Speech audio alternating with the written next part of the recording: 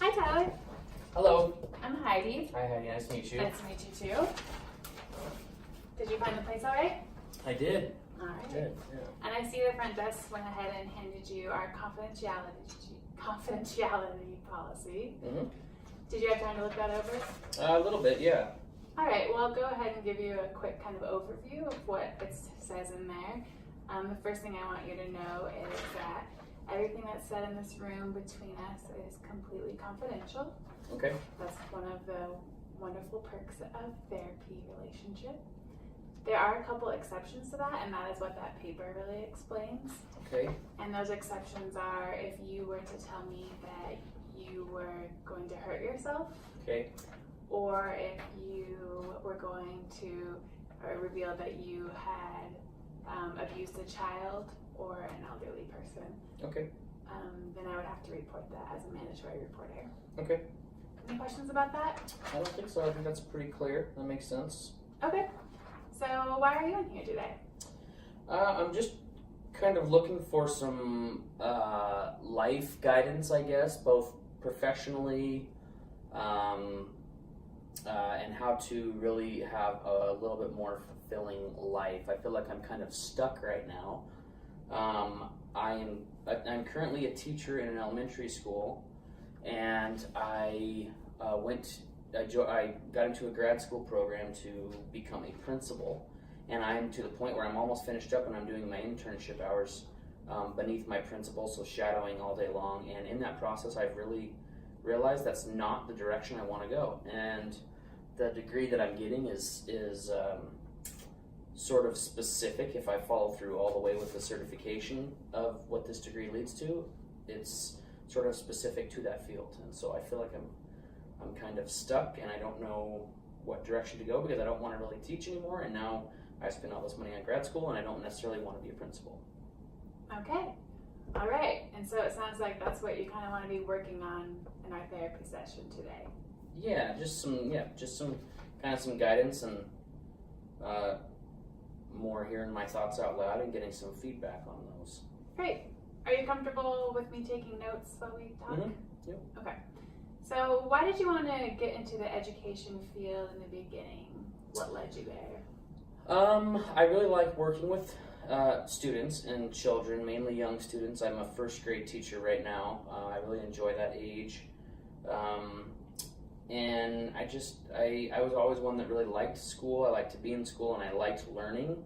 And I'm a very social person, like to be around kids and adults and parents and staff members and colleagues, etc. And just really like the kind of the educational environment, and it was kind of everything led me to that. My mom's always worked in a school setting, and I got to work there over some summers and kind of really gained a love for it, and so that's what led me to being a teacher. All right. And did you like your teaching job? I did like it. I've done it for about 7 years now. I did really enjoy it, but I felt like I was kind of at a standstill, and there wasn't really room for me to grow within the teaching profession itself. So I decided that I wanted to make the jump and do administration, but now I'm having some second thoughts. All right. Well, I want to thank you for, being a teacher. I know that's a really hard profession that doesn't get enough thanks. You're welcome. So looking forward, you started this program thinking you wanted to be a principal, and then I'm hearing now you're thinking the more you look into it, is it because of the experience you're having right now that you don't want to go into being a principal, or what is it that you think has changed your mind about becoming a principal? Yeah, what I've started to learn, which some of this is my own fault. I knew this leading into it, but it's definitely a lot. Obviously, when you're a principal, it's not as hands-on with the students, and that's something I knew going into it. But it's almost too far the other way for me. It's really no interaction with students because your days are full of just things that aren't the reason I got into education. You're dealing with, and again, these are things that I all knew going into it, and I thought I would like that side of things, but actually being in the middle of it and experiencing some of those things that my principal is experiencing, and seeing the long hours that he puts in, and not really, you can tell that he's not really kind of fulfilled either, and I don't feel like I would be in that role, and so that's just kind of what I've started to I've just started to get a kind of a bad taste for it after experiencing on that level. Well, it's good that you're taking the time to notice how it's making you feel, and that you're not just pushing forward and doing it just to get it done. Mm-hmm. That's good, to do some self-reflection. Yeah. And I have classmates, who I get to it's an online program, and so I have some classmates that I get to collaborate with digitally through email and through social posts through our school platform and group projects, etc. And I've kind of got to bounce some ideas off of them, how their experiences are going, and gauge how they're enjoying it. And it's kind of a little bit of a mix. There's others that are kind of feeling like I am, and some that are actually really enjoying their program. So I've at least got to kind of vocalize that with others. But now I kind of feel like I don't have a direction forward really. So you have vocalized that you're feeling like you want to go another direction with some of your other students in the same program? Yeah, I have to a sense. I've told them that it's not necessarily the experience like I've been looking for, and that I was expecting, but it's I've had a good experience in the sense that I've got a well-rounded view of what it takes to be in that role. So I feel like if I was to go in that role, I would be super prepared because I've got a good, well-rounded vision for it. But it's just not shaping up to be the career path that I want to do for the rest of my life. And what were kind of those expectations, or what were you hoping for out of this experience? Shadowing a principal, or to become a principal? Yeah. I guess really kind of relate with teachers and students on another level, being more so not necessarily a leader in an administration role, but really kind of a facilitator and allow students to rise to the best of their potential, and and provide teachers the tools to really give their best instruction. And I really don't see that in the principal role. There's other roles within schools that I am finding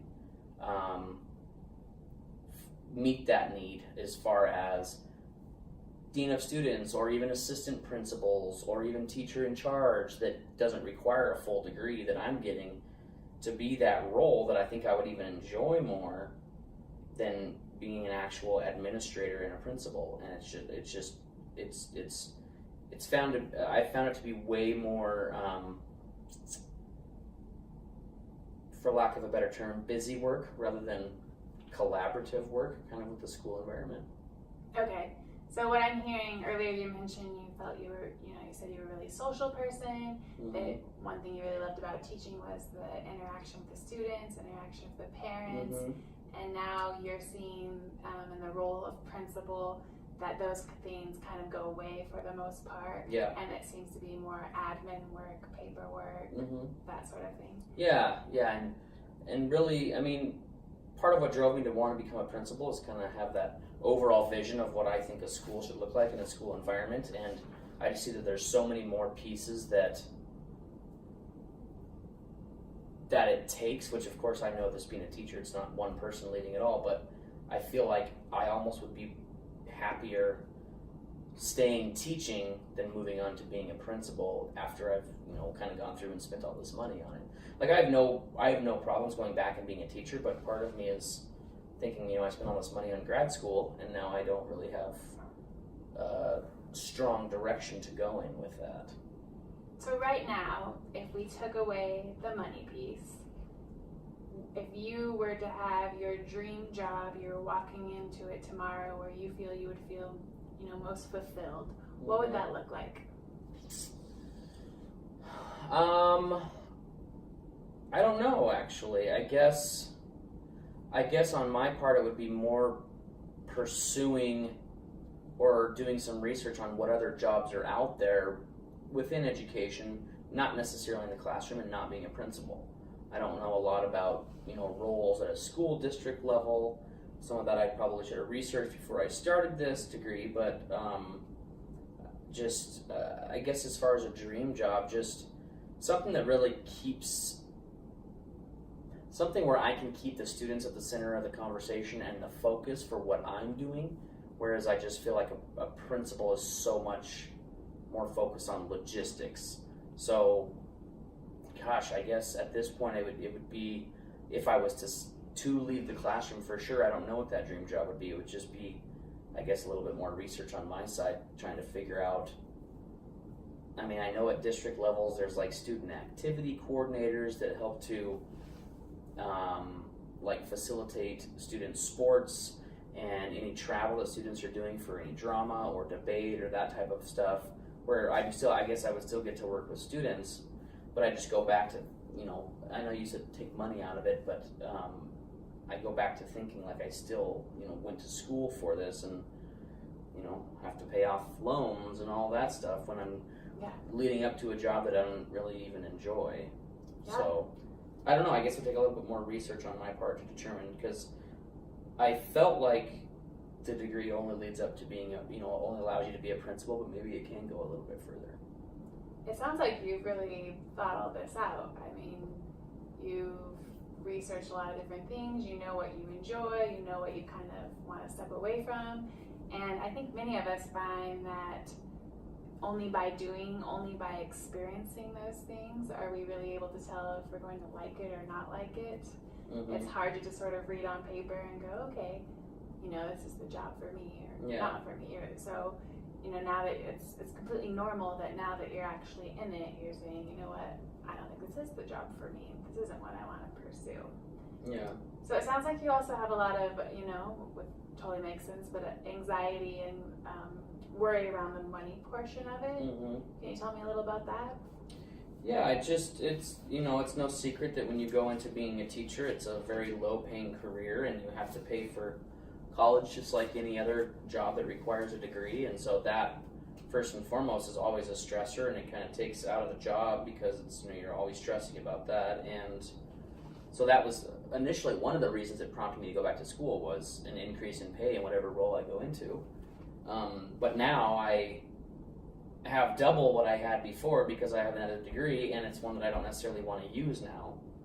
And so that's just constantly always on my mind, because at this point, I'm not finding anything or I haven't found anything that would increase my pay, but I've doubled my debt now and what I'm going into. So I guess I just stress out and have anxiety about that, not really. It'd be one thing if I enjoyed what I was doing and I still had to, I mean, because that's what comes with going to college, that's a known thing.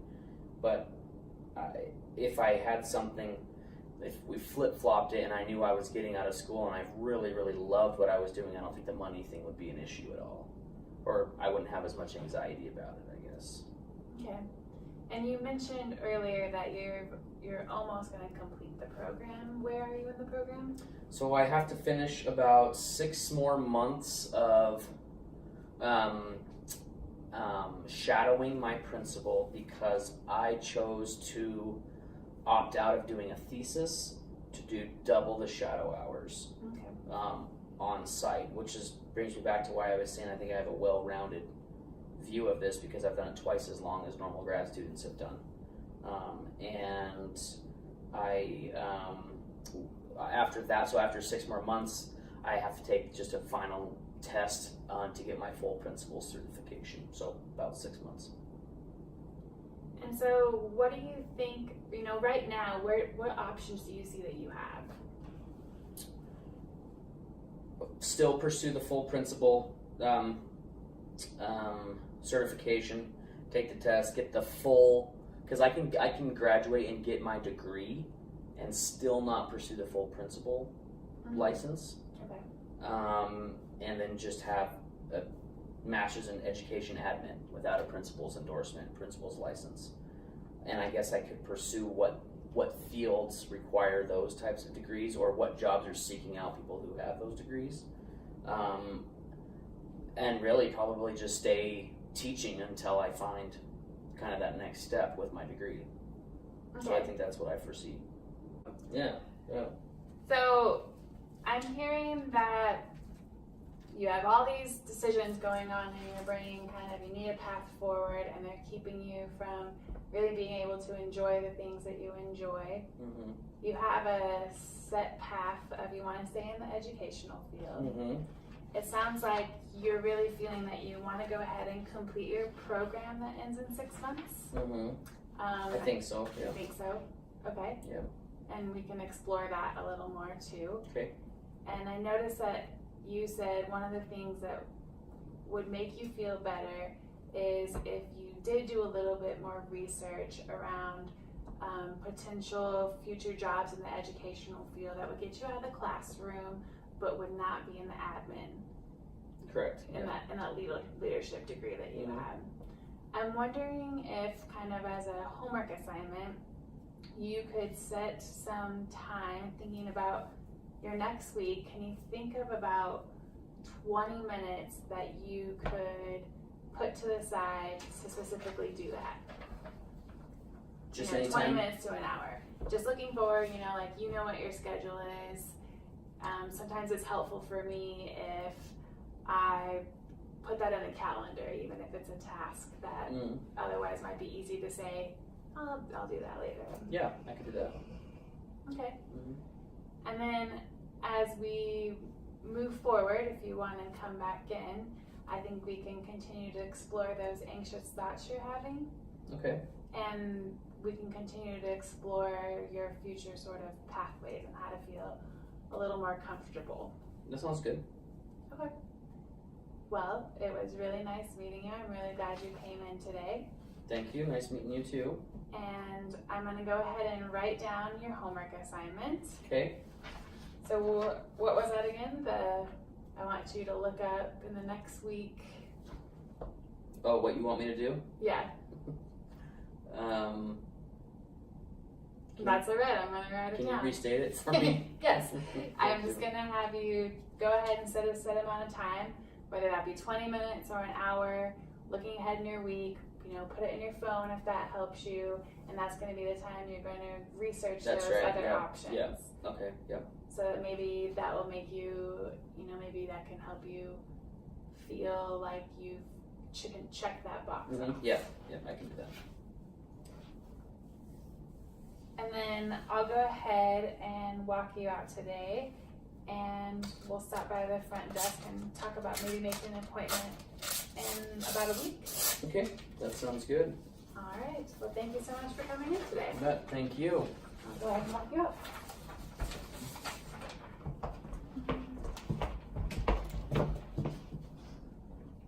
Gosh.